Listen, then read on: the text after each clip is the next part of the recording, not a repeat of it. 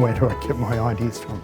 Ideas can come from anywhere. It could be from something that's happened to me, or it could be a dream, or it could be inspired by another book that I've read. Everywhere. So it could be books, films, just conversations with my kids. I get my ideas from all kinds of places.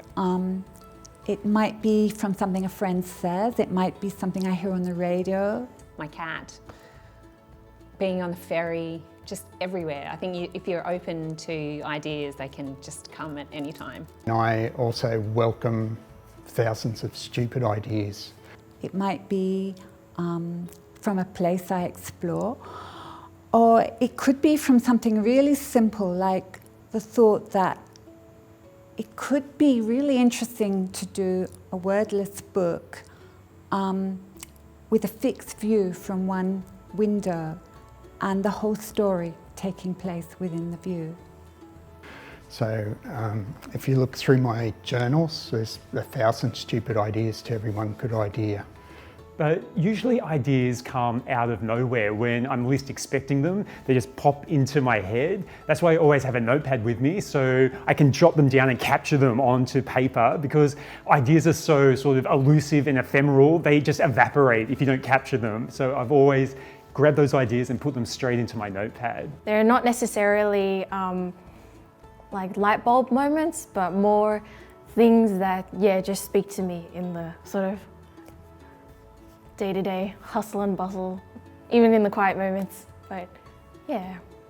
When it comes to illustrating for other people, often authors will actually leave you illustration notes, and the first thing I do is actually delete those. I don't want to see them because it might influence my ideas for how the illustrations can look. So I think having a space where you can grow ideas is really important, where you can brew things, and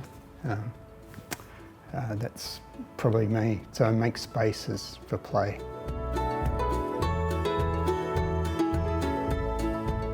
So I've always wanted to become an illustrator. Ever since I can remember, from a young age, I've always enjoyed drawing.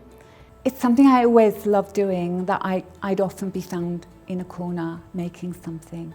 In a previous life, or in my earlier career, I was actually an illustrator and an art director in the advertising business. And then I had children, and I was sort of obviously reading children's books to them, and I thought, oh, maybe I should have a go at this, and I've got maybe stories to tell.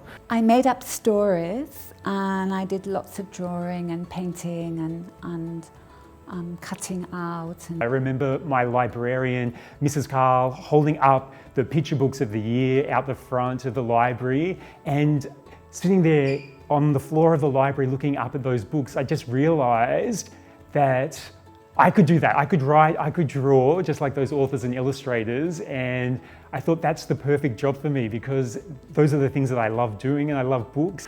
And from then on, really, my family became my main inspiration for the first 10 years or more of me doing that. Look, I have had a hearing loss since I was 12. I've been talking about this a lot lately, and 12 would be when it was diagnosed, but it probably started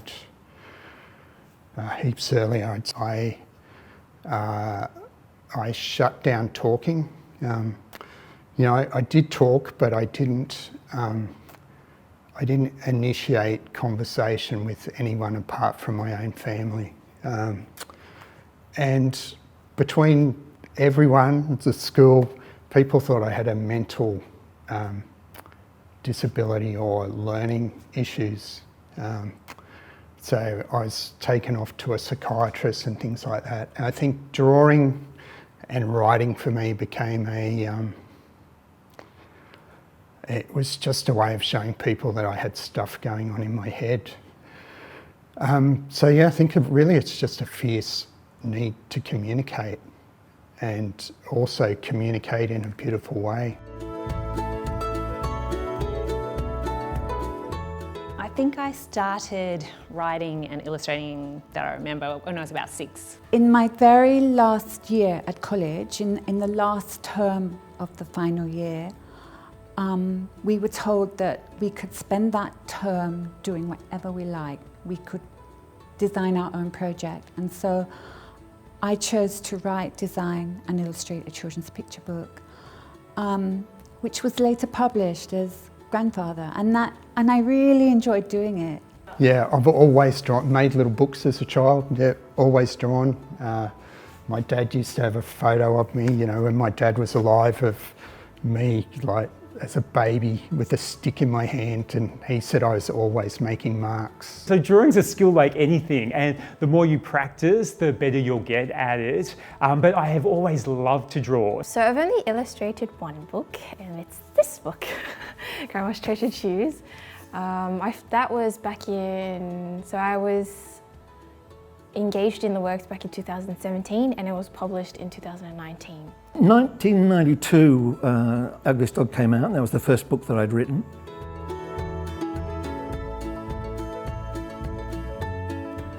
My favourite picture book growing up. Favourite picture book growing up?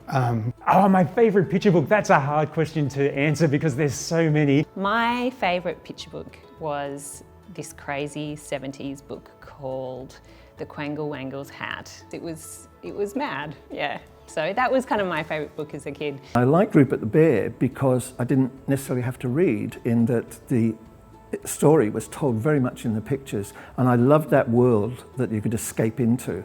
My favourite, I think of all time, would be Samsara Dog by Helen Manos and illustrated by Julie Vivas, who I met in person. Yeah, it's a beautiful book, and it's just a book about the love that we have for our furry-legged friends. I love Pokey Little Puppy. I always wanted him to get back and have his food. But yeah, my dad read to me pretty well every night.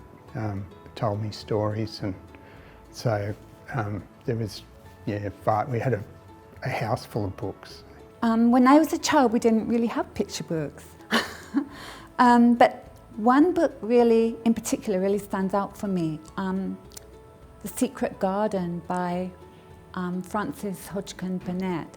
There was one book in particular that I absolutely loved, and that was Revolting Rhymes by Roald Dahl and Quentin Blake. And I loved that book so much. I actually memorized it. That book is just, every page is a joy, exploding with laughter, and I just loved Revolting Rhymes. It's fantastic. I can recite it for you now if you'd like.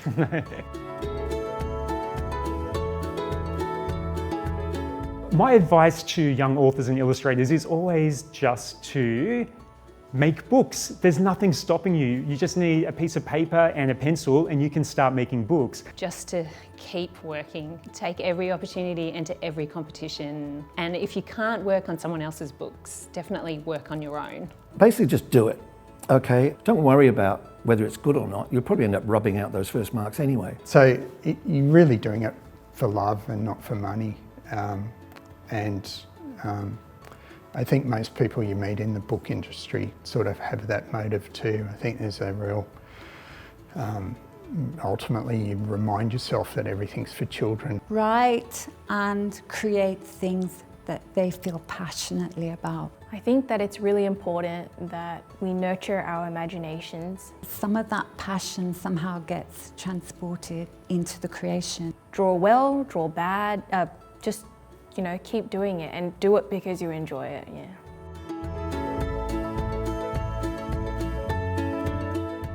There are many things, though, I can't say in my images that are important to say. So words and images, they grow and evolve together. So in a sense, I'm almost bilingual. So I speak in words and I speak in images. Sometimes it's easier for me to tell the story with pictures. Sometimes it's easier for me to tell the story in words. And it happens at the same time. My stories come words and images together in my head and then on the paper, because I find if you say something, you don't necessarily need to show it. Both, so muddling mess, really. Yeah, I guess if words are coming, I'm writing words, and often words inspire pictures, and sometimes pictures I'm drawing inspire words. think when you change lines in an illustration to be curvy, not only does it kind of draw you into the picture and it makes you feel like you're within it a bit more. It's kind of encompassing you a little bit more. When I'm drawing the faces of my characters, I have to show what they're feeling via their expression. The most straightforward way to show someone's feelings is via their eyebrows. Everybody thinks it's via their mouth, but it's actually the eyebrows. So if I'm going to make a character look mean and scary, I have their eyebrows pointing down like this, and it suddenly makes them look mean and intimidating. What I discovered is that when I work with my left hand, it's much more emotional, it's much more guttural. When I work with my right hand, it's about realism, it's about dexterity, okay, and it's about detail. So yeah, people have a look at Macca and say he's got white fleece, so it mustn't take you very long to draw. But if you have a look really, really closely, if you look up close, you'll see, I think I use about 11 or 12 different colors in his fleece. So you'll see there's pinks, there's purples, there's grays, there's browns, there's siennas, there's ochre, there's black, and there's all these different colors in there to add that depth to his fleece so that he looks soft and cuddly, so you feel like you want to give him a hug when you see him. I sort of ignore the rules and I splash stuff around, and I get really excited about just blobbing a bit of paint, and I don't know what marks it's going to make or how far it's going to run or what it's going to do. I love the wetness of it. It just, you know, I don't know. It's got like a spiritual energy, I guess, in so many ways. I've played in the digital world with watercolours. I've had heaps of fun. And it's really like magical coloured pencils, what watercolour does in the digital world, but it's still not the same as painting with real watercolour. I can spend years on a book. Like the book I'm just finishing now will have been 5 years of work,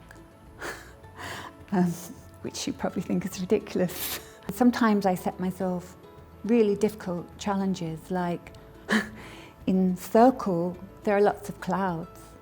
And I didn't want to use cotton wool, but I had to find ways of creating clouds that worked. There's lots of water, and water catches the light, and that's really tricky to show in collage. And I wanted you to be able to see through the water in places and what might be underneath it. And I wanted to show the birds flying and get the texture of their wings and their feathers. And so every little element in my collages I've had to think about and work out what I can use to get the feeling, to get the texture of that particular thing.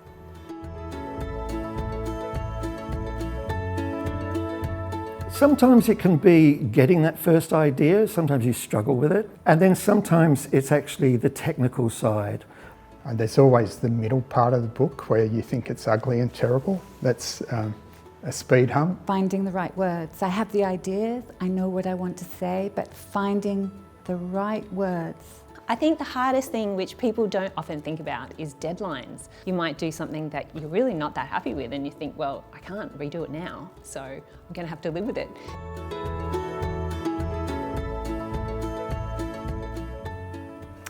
Best thing about my job. Oh. So I get to draw, I get to write, and I get to make books. And I joke about it, but I get paid to colour in. Can you believe that? Don't you wish you got paid to colour in? I really think I'm the luckiest guy in the world. For me, it's definitely the variety, because I think I fear boredom more than anything else. If I can like create something that I enjoy, that was from my heart, like that's the best thing that I could ask for. It's creating a world, and it's only recently that I realised too that doing children's books, you become part of somebody's nostalgia itself, and that's amazing. I mean, I get quite a kick out of that idea that you become part of a child's memory and part of a nostalgia. Best thing, yeah, was really being a dad, I guess, and being there the whole time. The thing I feel most fortunate about is that my only limit is my imagination. I've got incredible freedom in my work.